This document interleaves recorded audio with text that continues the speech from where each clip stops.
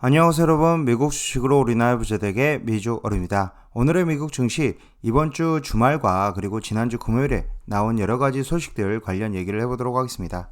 먼저 이제 블룸버그 소식입니다. 평균적으로 경기 침체가 동반되지 않은 베어마켓 선은 이 검정색 라인으로 지금 표현이 되어 있으며, 지금 현재 경기 침체와 동반이 된 베어마켓은 지금 현재 빨간색 라인으로 표현되어 있습니다. 현재 이 지점에 위치를 하고 있기 때문에 현재 지점보다 약 10% 정도 더 빠질 여력이 있다라고 블룸버그에서 얘기하고 있습니다. 경기 침체가 동반되는 경우 기간으로 약 400일 정도, 그리고 낙폭은 고점 대비 30% 정도가 진행이 되었기 때문에 S&P 500 기준으로 좀 더 10% 정도 빠질 우려가 있다라고 얘기하고 있습니다. 참고로만 봐주시고 블룸버그발 소식인 점 참고로 봐주시면 될 것 같습니다. 다음으로는 이제 테슬라 관련 소식입니다. 다들 아시다시피 머스크는 트위터를 인수하는 과정에서 엄청난 대출을 받았습니다. 그리고 이것이 5번에 걸친 테슬라 주식 대량 매도로 이어지기도 했으며, 결국은 인수자금 확보와 대출 상환 등으로 인해서 테슬라 주식을 매도한 일론 머스크입니다. 그럼에도 불구하고 여전히 개인적으로 그리고 트위터를 통해 막대한 양의 대출을 갚아 나가고 있는 상황이며, 이는 머스크가 또 테슬라 주식을 팔 수 있다라는 리스크로 이어지고 있습니다. 이런 상황에서 머스크가 트위터에 자금을 대줄 새로운 투자자를 찾고 있다는 소식이 최근에 떴습니다. 트위터 인수 시기의 가격과 동일한 주당 54.2달러 조건으로 다양한 투자자들에게 투자 제안을 하는 것 같습니다. 아직까지 트위터의 재정 상황이 그렇게 좋지 못하다는 것을 알 수 있으며, 이번에 테슬라 주식 매도 관련해서 머스크의 매도 관련해서는 아직은 트위터 이슈가 있기 때문에 추가적으로 나올 수 있다는 데서 염려가 되는 모습입니다. 다음은 테슬라 공장입니다. 베를린과 텍사스에 테슬라의 다음 기가팩토리 공장 건설지가 거의 윤곽이 잡혔습니다. 캐나다와 한국, 인도네시아 등등의 후보지를 제치고 결국 멕시코 누에보레온주로 가닥을 잡히고 있는 상황입니다. 블룸버그에서도 빠르면 다음 주쯤 공식 발표가 있을 것이다 라는 기사를 내놓았으며, 들리는 소문에 의하면 이곳에서 테슬라의 차기 저가형 모델인 모델 2가 생산이 될 수 있다고 하며, 결국 돌고 돌아 북미 지역에 가장 신경을 많이 쓰는 모습을 보여주고 있습니다. 특히나 이제 블룸버그발 뉴스는 저는 굉장히 신뢰를 하고 있기 때문에 블룸버그발 뉴스는 꼭 챙겨서 보는 편입니다. 다음 소식은 골드만삭스의 8% 인력 감축 계획입니다. 23년 1월부터 계획을 가지고 있으며, 골드만삭스도 1월에 무려 8%에 달하는 직원을 감축한다라고 발표했습니다. 경기 침체에 대비하는 모습들이 이제 정말 많은 기업에서 나타나고 있으며, 하지만 이런 상황 속에서도 고용은 여전히 강한 모습을 보여주고 있다고 보시면 됩니다. 물론 이런 빅테크, 은행 여러 기업들이 고용을 줄이고 있지만 여전히 인력난에 허덕이는 기업들이 많은 상황에서 지금 현재 고임금 상황에서도 인력을 구하기가 힘든 상황인 것으로 판단이 되고 있습니다. 다음은 이제 주식은 경제보다 빠르며 선행한다는 차트입니다. 일반적으로 주식시장은 경제 상황, 즉 실물 경제보다 빠르게 반응하는 편이며, 보통 경기의 최악의 순간을 조금 더 빨리 반영하며 미리 폭락한 후 경기가 회복되기 전부터 서서히 반등해 나가는 모습을 볼 수 있습니다.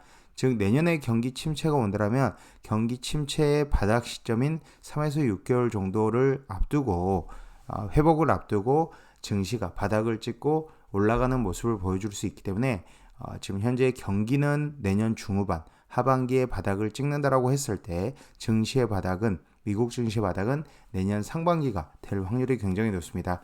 그렇게 23년에 경기 침체가 더 심해진다고 해도 이미 증시에는 어느 정도는 이런 부분들을 선반영했고, 대략적으로 한 60%에서 70%는 선반영했고 나머지 30% 정도 추가 반영이 남아있다고 봐주시면 됩니다.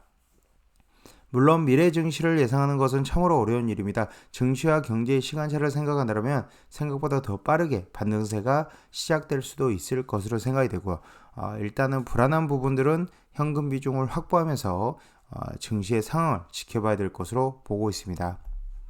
또한 개인 투자자들이 잔뜩 지금 얼어붙었다라는 소식입니다. 연말에 들어오면서 더더욱 개인 투자자들의 심리가 얼어붙고 있는 상황이며, 벌써 세계 금융위기 시절과 동일한 수준까지 오르며 13에서 14년 만에 가장 힘든 시간을 보내는 것을 보여주고 있습니다. 물론 증시의 하락폭이 그때보다 덜한 편이지만 10년에 걸친 우상향하는 모습을 미국 증시가 보여주었기 때문에 이번 조정은 좀 더 크게 느껴진다라고 봐주시면 되고요. 하지만 이런 조정 이후에는 다시 우상향하는 모습들을 미국 증시는 여태 보였던 것처럼 당연히 앞으로도 보여줄 가능성이 큽니다. 그렇기 때문에 내년 상반기, 지금 현재 시점에서 상반기 잘만 견뎌낸다면 24년, 25년 계속적으로 증시가 우상향하는 모습을 펼쳐질 것으로 저는 예상을 하고 있습니다. 즉 현재 증시가 빠진다면, 내년에 빠진다면 모아갈 수 있는 찬스이며 현금 비중을 사용할 수 있는 좋은 찬스라고 보고 있습니다.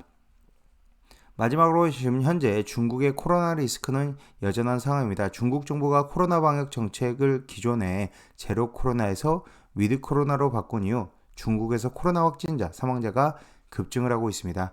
그리고 이 때문에 다시 제로 코로나 정책으로 돌아갈 수 있다라는 우려가 커지고 있는 상황이나 다시 정책을 번복하는 일은 없을 것으로 생각이 되고요. 일단 이 위드 코로나를 어떻게 잘 극복하는지에 따라서 중국 관련 종목들이 좀 더 올라갈지 아니면 약간의 좀 더 조정이 발생한 이후에 나올지는 좀 더 지켜봐야 될 것으로 보고 있습니다. 참고로 이게 보여드리는 그래프는 차트는 S&P 500, SPY ETF의 오픈 인터레스트입니다. 지금 현재 풋 물량을 보면 오픈 인터레스트 지금 3,800에 대략적으로 모여 있으며 그 다음으로는 3,704, 3,750, 3,700 그 이후로는 3,300까지도 지금 분포를 하고 있기 때문에 증시의 하방에 좀 더 지금 많이 몰려 있다라고 봐주시면 되고요. 상승으로 본다면 4,000포인트에서 4,100포인트, 4,100포인트 사이에 콜옵션이 어느 정도 몰려 있다라고 봐주시면 될 것 같습니다. 자, 앞으로 이제 콜옵션과 풋옵션에 대한 오픈 인터레스트 물량은 특급한 채널을 통해서 계속적으로 흐름을 올려드릴 예정이니 참고로 봐주시면 될 것 같습니다. 지금까지 비주얼 영상 시청해주셔서 감사드리고요. 앞으로도 비주얼 영상 많은 시청 부탁드리겠으며 제 영상이 마음에 드셨으면 많은 좋아요와 구독과 알람 설정 부탁드리겠습니다. 감사합니다. 비주얼이었습니다.